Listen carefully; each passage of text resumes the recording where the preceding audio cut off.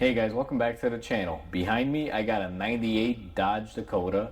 This thing is a two-wheel drive, 2.5 liter stick shift, and it sprung a leak from the radiator. The customer told me it started overheating, and we're going to be replacing that today. Now, before we go ahead and do so, guys, if you guys haven't subscribed to the channel, hit the subscribe button down below and definitely smash that like button because it helps the channel out. And with that said, let's go ahead and get started on today's repair. So we have popped our hood, set up our lights, and we are ready to begin our radiator. Now, one thing to note, this engine has to be fully cold before you start this, otherwise you can wind up severely hurting yourself. So just make sure that the engine is nice and cold. This has sat inside the shop overnight, so I know it's going to be nice and cool. Now, this is an older vehicle, and I do want to mention that a lot of people have probably worked on this thing throughout the years. This is the first time that I've gotten to work on it. So there's going to be a few things here that are probably going to be not right or broken. Things like this, these little shrouding covers, you can see they've been on and off throughout the years, and it's missing a portion. Probably broke off a while ago. But where we're going to begin is go ahead and pop off these little shrouds here. And it just uses a little pull tool here for these little pins. And most of these are broken. On this side there's only one actually. When it comes down to stuff like this, I always put it back the way the vehicle was equipped. I don't like just omitting things just because they're broken. So, you know, if you take it off, put it back. That's the best advice I could give anyone when it comes to that. Now that we have that all done, what I always like to start off is go ahead and remove our expansion tank hose located right off the side of the radiator. And go ahead and remove our cap. Now our cap we're just going to put to the side. Our expansion tube, it's going to have to just kind of sit in the way here. Once we have that out of our way, our next thing to do is go ahead and remove our upper radiator hose, which I'm going to do here in a second. I need to grab some tools. We grabbed our Milwaukee 1/4-inch impact driver with the 8mm, and we're going to be removing our upper hose. Now, originally this probably did not have these 8mm clamps. This hose is newer. The customer told me that they replaced it thinking that was going to be the issue. So it's a newer hose with updated clamps. All we need to do is loosen this up here on the radiator. Now, I have not drained this system yet. I do have a pan underneath. I don't believe much can come out of here, but I could be wrong. So let's just see what happens when we pull off this hose. And sure enough, nothing really came out because I do see it was below the threshold line.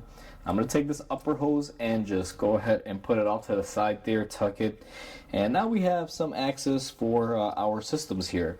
And I may have to move the camera here depending on the angle that we're in to show you guys this fan shroud removal, or I might just remove it as a whole assembly. I haven't quite figured it out yet.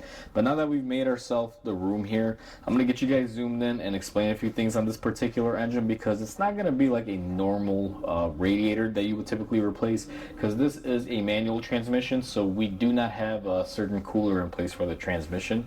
I want to go over the differences really quickly. So I have you guys positioned sideways here in the best angle that I could.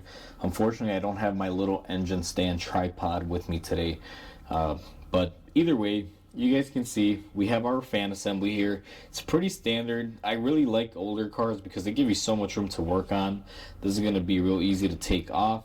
And at the bottom, you guys will notice that we do not have any cooler lines. You can see right here that cooler line for automatic transmission. You see the nipple, it's just not there. So we don't have to mess with any of that. It's pretty straightforward.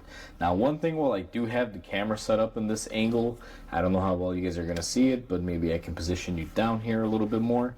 And what we're going to do is remove this 8mm bolt, or I guess you can say screw, and loosen up the clamp on our lower hose. And once we have that all said and done, I'm going to grab another pan. Let me see if I can get this here because I was not prepared. I'm going to set up a pan underneath, and we're going to go ahead and remove our hose here once I get the pan positioned properly. And we should be able to lose a majority of the coolant here. Now this thing is fighting, so I'm going to have to block the camera here. And I'm not surprised that this hose is stuck on there. What we're going to do is loosen the clamp a bit more. And I'm probably in the view of the camera. I apologize in advance.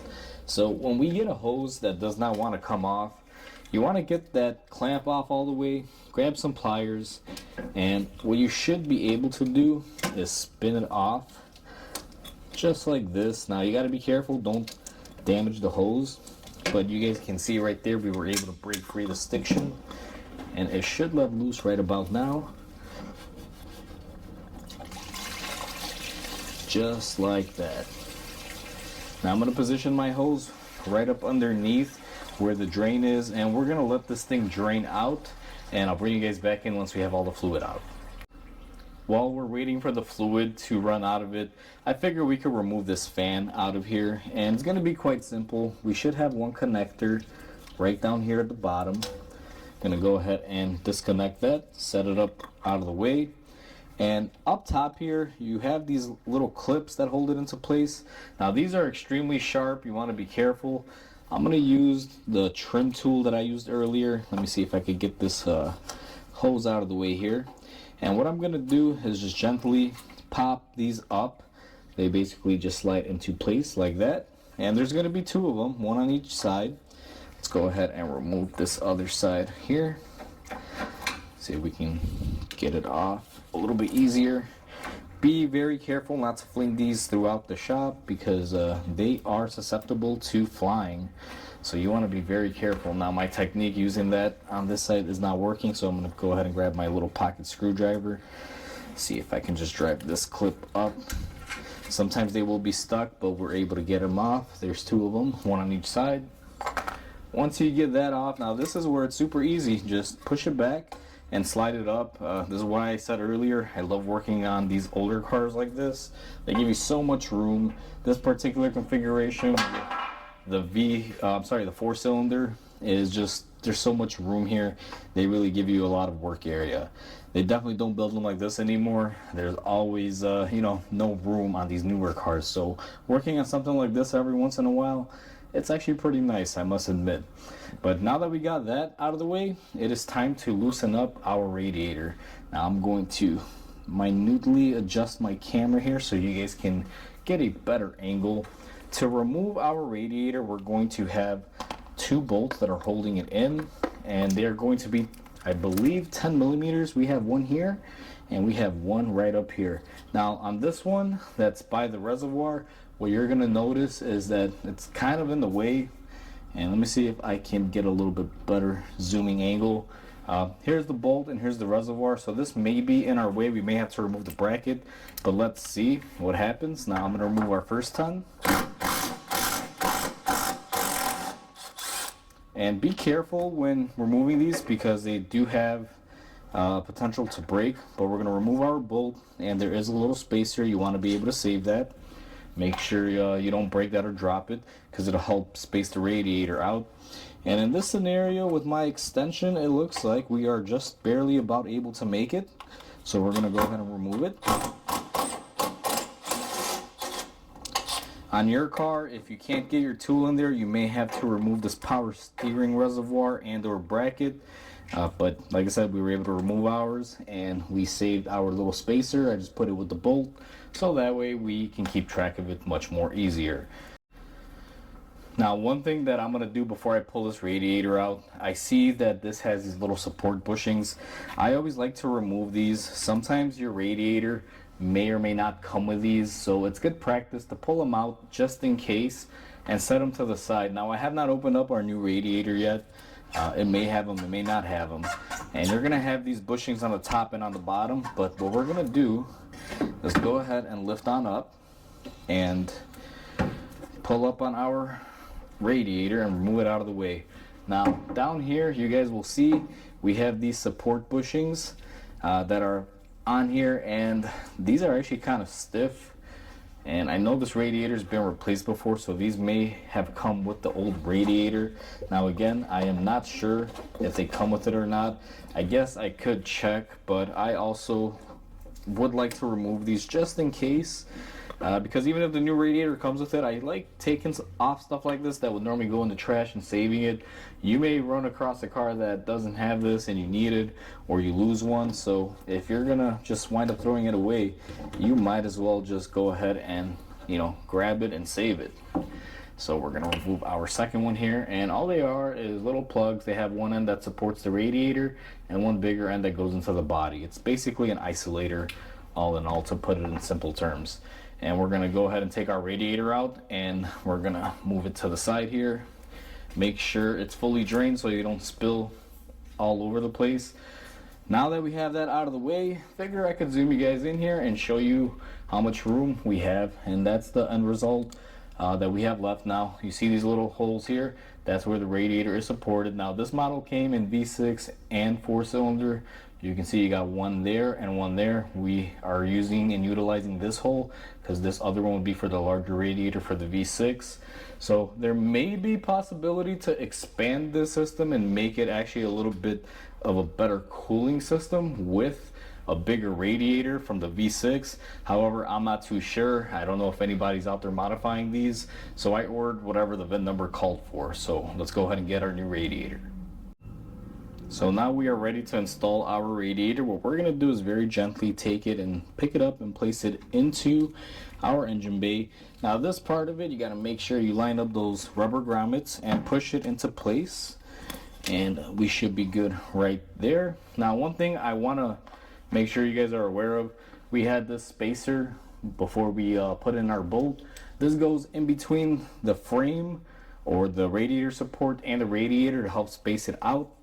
And what we're going to do is go ahead and run our bolt through here, and we got to lift up just a little bit on this radiator to get this bolt into place here. Sometimes fishing these in, it's not as easy, but we're going to go ahead and get that one tightened up here. And we are going to be doing the same thing on this side. Run our bolt and then run our spacer.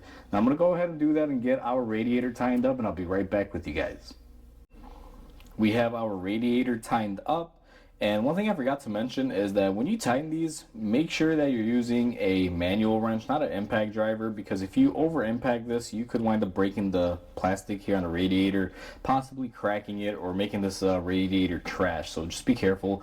Now I want you guys to learn from my mistakes. I did set this hose here to the side, and it's actually farther away than where it should be. So make sure your overflow bottle tube is behind it, right about there. That's where it should be. Now my mistake wasn't that huge, but still, just thought I'd point it out. We're gonna go ahead and install our overflow tube.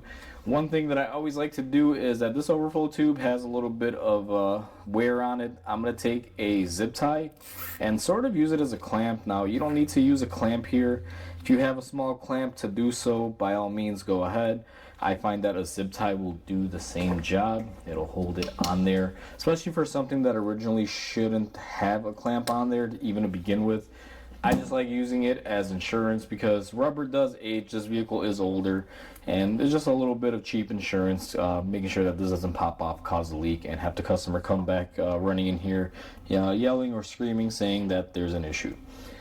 Next thing that we're going to do, now that we have that set up and make sure I got the correct angle on the camera, is we're going to go ahead and take our lower radiator hose. Now this thing is pretty dirty, and I really don't like installing them like that. So what I'm going to do is take a blue shop rag. I'm going to clean up our mounting point here. Now I did recommend the customer replace this hose because it seems to be, original or older. They declined to do so. They said that they replaced it previously, not too long ago. So I'm just gonna leave it at that. There's no point to stress it. That's what they want. That's what we're gonna be doing. Now I'm gonna use my gun to just lightly tighten up the clamp, just because we had to spread this clamp open pretty far. So I'm just gonna use it to close the gap. And once I feel any sort of resistance, like we did right there, we're gonna go ahead and swap our hand ratchet off. When you tighten these clamps, I made a video on it. You do not want to use an impact, just 1/4 inch ratchet, guys. And just like that, she is nice and tight. I also like to pull on it, make sure that we are good. And that is looking phenomenal. You don't really have to go any farther than that. A lot of people always tend to over crank them, and it always creates an issue, and I never understood why. So next step is we're going to be taking our fan shroud. Now be very careful because you can easily damage the radiator with this fan. This fan is all metal. They don't make them like this anymore. So if you miss, you will wind up damaging it. Now we have the little fingers on there, the little holders that you go into. It's real easy to line it up. And then what we're gonna do is take our clamps and we are just going to run them down. Now I actually have to remember how these went, so they go in just like so. There's going to be a wide end and a skinny end. Skinny end goes in towards the radiator, and all you're gonna do is just go ahead and push them down here, just like so, and we should be good right there. Now that our fan shroud is installed and everything is set into place, don't forget to plug your fan in. So we are just going to install our electrical connector and make sure that it is nice and tight on there. You don't want to forget that, otherwise you will overheat and you're going to spend some time trying to figure it out. Next thing is take your upper radiator hose. What I always like to do is clean them out a little bit here, just in case there's any dirt or debris. And then what I'm going to do is go ahead and install it back onto our upper portion here where it goes. And same thing, just go ahead and tighten down the clamp. Don't overdo it. Again, these require minimal force. I never understood why people crank them down or use an impact on them. You don't want to crack the radiator or, you know, possibly spin that clamp off, because you may only have one clamp like this, and if you overspin it and it breaks, you may have to go to the parts store, and maybe it's something you don't want to do at the time. So now that we have all of that set, we are pretty much done with the radiator. All we're gonna do is hook up our quick funnel here to bleed out our system. Now I have covered that in other videos, guys, how to bleed them up. And my favorite technique is putting the yellow bleeder tank up here where you fill it up.